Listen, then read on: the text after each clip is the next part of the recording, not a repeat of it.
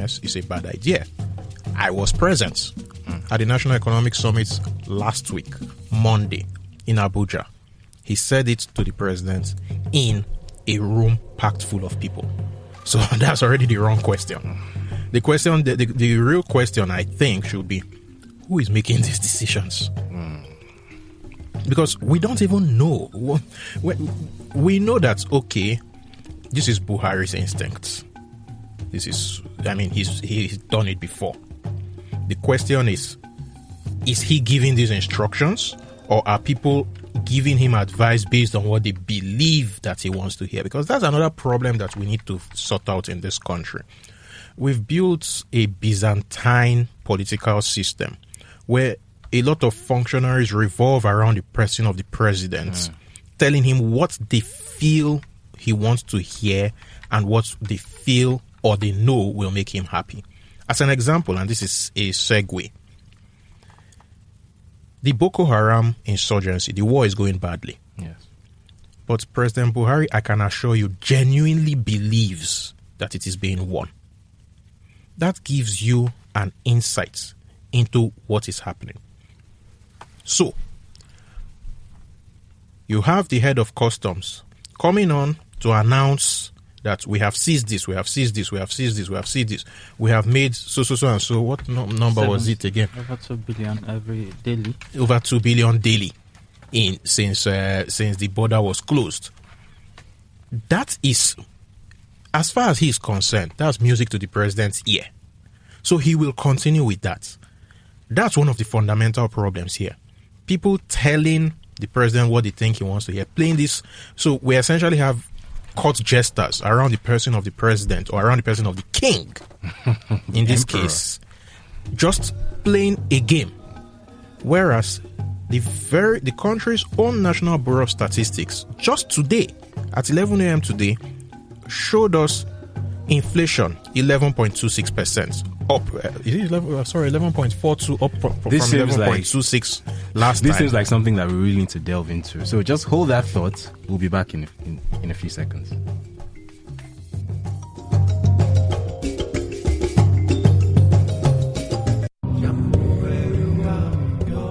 Cut through the bulb with Red Tape Africa. Follow us on all social media at Red Tape Africa and tweet at us using the hashtag Red Tape Africa. Red Tape Africa. Economic policy impact in plain English. Doing business in Africa can be complicated.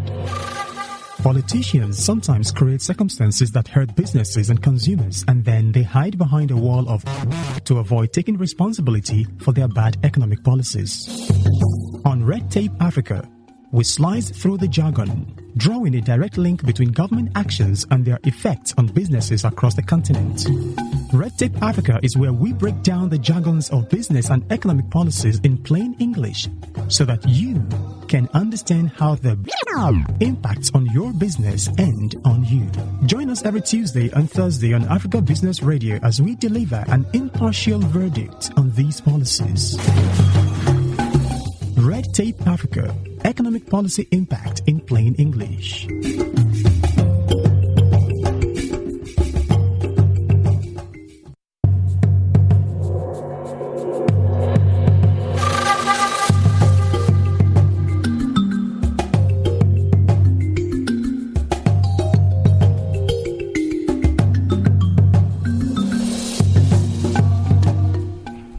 You're still listening to Red Tape Africa. David Hundeyin, we're in studio with Cheta Nwanze, Head of Research at SBM Intelligence, and Stanley Ikechukwu. I've forgotten your title again. Primary field data. I am just the worst, aren't I? Don't forget, you can tweet at us with the hashtag Red Tape Africa and and hashtag Africa Business Radio. You can also send in your voice notes to +234 701 650 8975 to be part of the show. Now, before we went on the break, we were listening to Cheta giving us some insights into some interesting statistics that prove that the policy is just not working. So before we get back to him, we're going to loop Stanley into the conversation now, because Stanley obviously is our numbers guy. So just hit us with the statistics, hit us with the numbers. Let's see what they say. Okay, inflation rate went currently at 11.42%, up from 11.26%. Again, also food inflation also. This is month on month, by the way. Yes. Okay. Yeah, food inflation also went up by some percentage. 13.5% now from 13%. Okay. Yeah, so things are really not looking good. So just to clarify, the month-on-month food inflation rate is above 13%. 13.5. That. Why are we not making more of this? That's quite an incredible bit of news there. Well, like Cheta said, we'll be releasing a Jollof Index tomorrow. I think in that report we covered quite a lot on that report. Maybe people want to look out for it. I feel like that cannot be emphasized enough. So what we're saying is that the price of food is going up by a double-digit percentage rate month on month. Yes, like I'll go back to rice again. I think in July rice sold for about 15,000 naira per bag, and in August it sold for about 18,000. Rice currently sells for around 20,000 naira per bag. Okay, so I have a question, and I'm going to direct this question to you again. That's 25%. I hope you know. Yes, and Okay. and that's actually the question I want to ask now, because I see these figures on Twitter, but obviously presently I'm a bachelor. I don't buy a bag of rice in the market. I don't, most of the time I eat takeaway, and when I go to the restaurant or whatever, the price that I paid in July is the same price that I'm paying now. But the quantity has dropped. The size in your plate has dropped. Maybe I haven't noticed, because that was actually the question. Maybe you stopped eating much.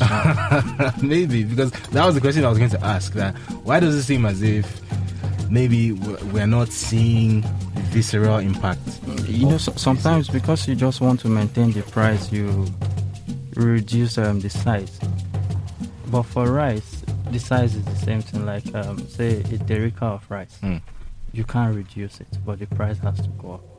The derica of rice was selling for around 250 in June, July. Yeah, now it sold for around 300. Now it's 350 in September. So even if you go to the restaurant to eat, you would understand that the portion has reduced. And let's bring Cheta back into the conversation now. So, being someone who probably is a little bit familiar with what happened with 2008 Zimbabwe, for example, where obviously that's an extreme example, like extreme hyperinflation.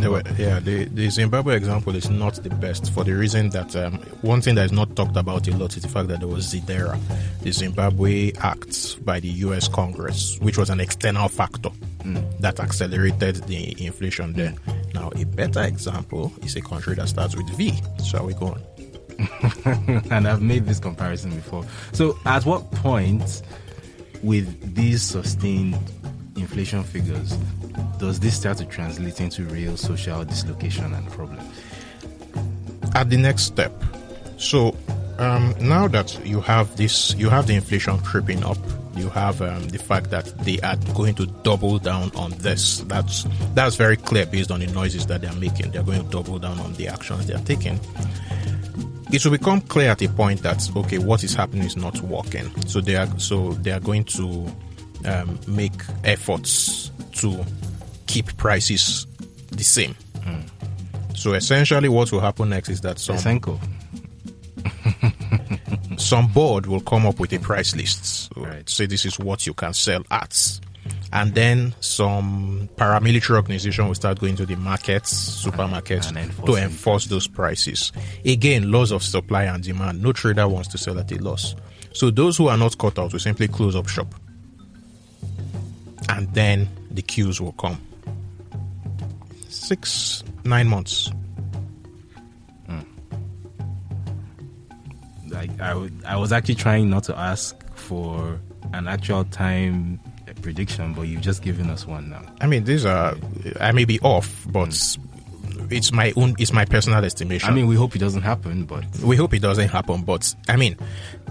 + 1. Unfortunately, is 2. That's my point. There are some things. A leads to B. It's logic. This has happened before, and then we have given examples in other countries where it's happened.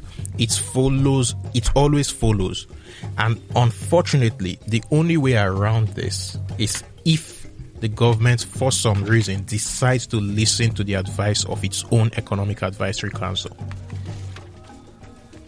So presently, what you're telling me and what you're telling all our listeners is that within the administration there's a schism.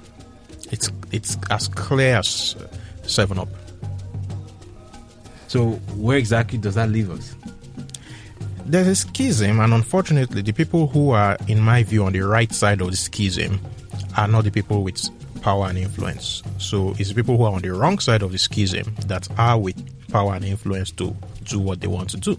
So they'll keep doing what they are doing, and until the whole thing gets really, really out of hand before we see somebody. It's an outside chance. Someone may probably get to his senses, but until then, I don't see it happening, unfortunately.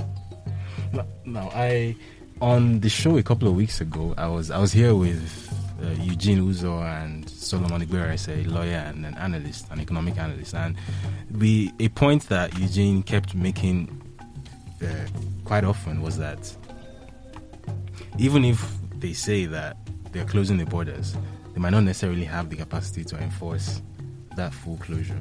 At the same time, smuggling itself comes with all sorts of problematic attachments to it. So I come from Badagry, right? And like, for example, at the back of my family land is just a big expanse of water that expands into Benin Republic. So someone can take a speedboat from Cotonou and be at my family's land in 15 minutes, and there's no military presence. There's nothing to say that this is Nigeria and this is Benin. It's just West Africa. It's fluid. So in that area, I know for a fact that the kind of smuggling that probably goes on, I've never seen it, but what probably goes on there out of sight is, so why does the government seem so confident that they can even enforce this? You use the word confident, I use the word hubris.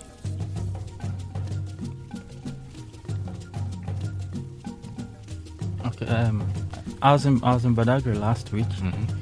And the truth is that he moves around a lot. It's part of his job. We don't have enough officials to really secure these borders. Yeah, we have over 1,000 illegal borders. 1,000? 1,000, yeah. Okay. 1,447.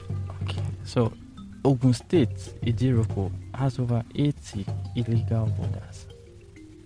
Adamawa has about 84. And the manpower can actually cover this stretch. Because Nigeria is extremely under-policed. And also, if you look at it, you don't want to go into that. if you also look at it again, you would. How much is the entry level of, say, a custom officer? 30,000 naira. True. Like they used to call them firewall or smugglers. Offer them like 50k. Or 100,000 and just let me pass. What do you think they'll do? They would let them pass. Even recently, most of those custom officers says they are working overtime, and they've been promised to be paid extra. They come out to complain that their money has even been reduced, and it's difficult for them to stay patriotic because they get to see this guys offer them plenty of. They have we all have problems. Nigeria is problematic, so people need to solve problems. Tell me about it. People need to solve problems. So sometimes you just see the smuggling still goes on. The border is short, yes, but people still smuggle. I saw rice coming in from Badagry. Right. Okay, and they were like, if you get like 5,000, where if you carry your rice pass. So it's the border. The border is really shut down.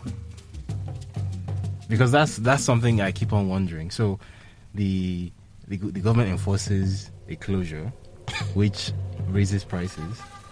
Those things come in anyway, but come in at a premium. Extra price, yeah.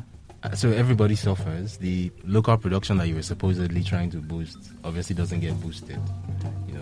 Do Nigeria even trust the local production?